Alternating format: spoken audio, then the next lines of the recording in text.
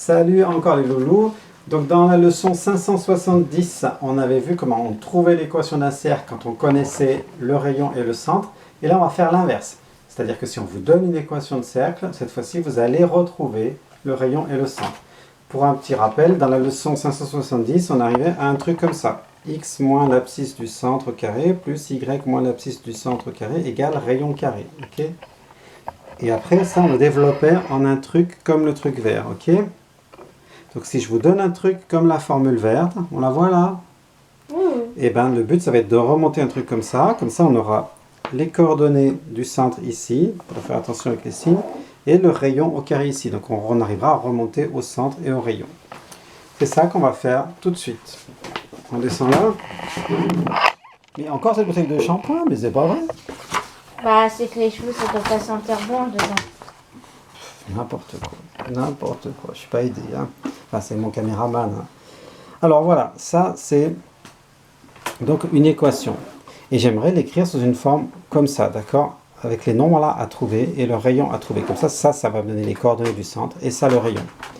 Alors qu'est-ce que je vais faire? Eh bien x carré moins 12x, je me dis tiens, x carré moins 12x, ça me fait penser au début d'une identité remarquable.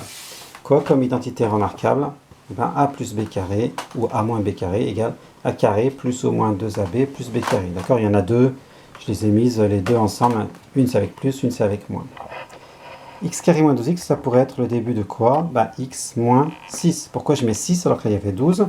Parce que vous savez qu'au milieu on a le double produit. 6 fois 2, justement, ça va faire 12. Sauf que ça, c'est pas exactement ça, d'accord? X moins 6 au carré, ça fait x carré moins 12x plus 36. 6 fois 6, 36. Et bien si je veux que x carré moins 12x, je passe le 36 de l'autre côté. X carré moins 12x, ça fait x moins 6 au carré moins 36. Ok? Donc ce que j'avais là en rouge, x carré moins 12x, je vais pouvoir le remplacer par x moins 6 au carré moins 36. Je vais faire la même chose avec ce truc bleu qui est là. Le truc bleu c'était y carré plus 14y. Y carré plus 14y, je me dis, tiens, ça c'est le début de y plus 7 au carré. Mais y plus 7 au carré, ça fait y carré plus 14y plus 49. Si je passe le 49 de l'autre côté, y carré plus 14y, ça fait y plus 7 au carré moins 49. Ok, voilà. Donc ça veut dire que j'ai remplacé, enfin le truc rouge et le truc bleu, je peux tous les deux les remplacer maintenant par autre chose. Là, je vous ai remis ce qu'on avait. J'avais ça. Le truc rouge, je peux le remplacer par ça, ce que j'ai fait en rouge tout à l'heure. Le truc bleu, je peux remplacer par ça. Il reste toujours égal 15. Qu'est-ce que je vais faire avec ces deux nombres qui se baladent tout seuls? Je les passe tous de l'autre côté. Moins 49, il devient plus 49. Moins 36, il devient plus 36. Et je regroupe tous les nombres en face et ça fait 100. Et bien voilà, j'ai un truc sous la forme x moins quelque chose au carré plus y plus moins quelque chose au carré égale r carré. C'est quoi les coordonnées du centre? Et bien c'est 6 et moins 7. Attention un truc, ça c'est comme y moins 7, d'accord? Parce que dans la formule, on doit avoir un moins. Donc si j'ai plus 7, il faut dire c'est comme moins 7.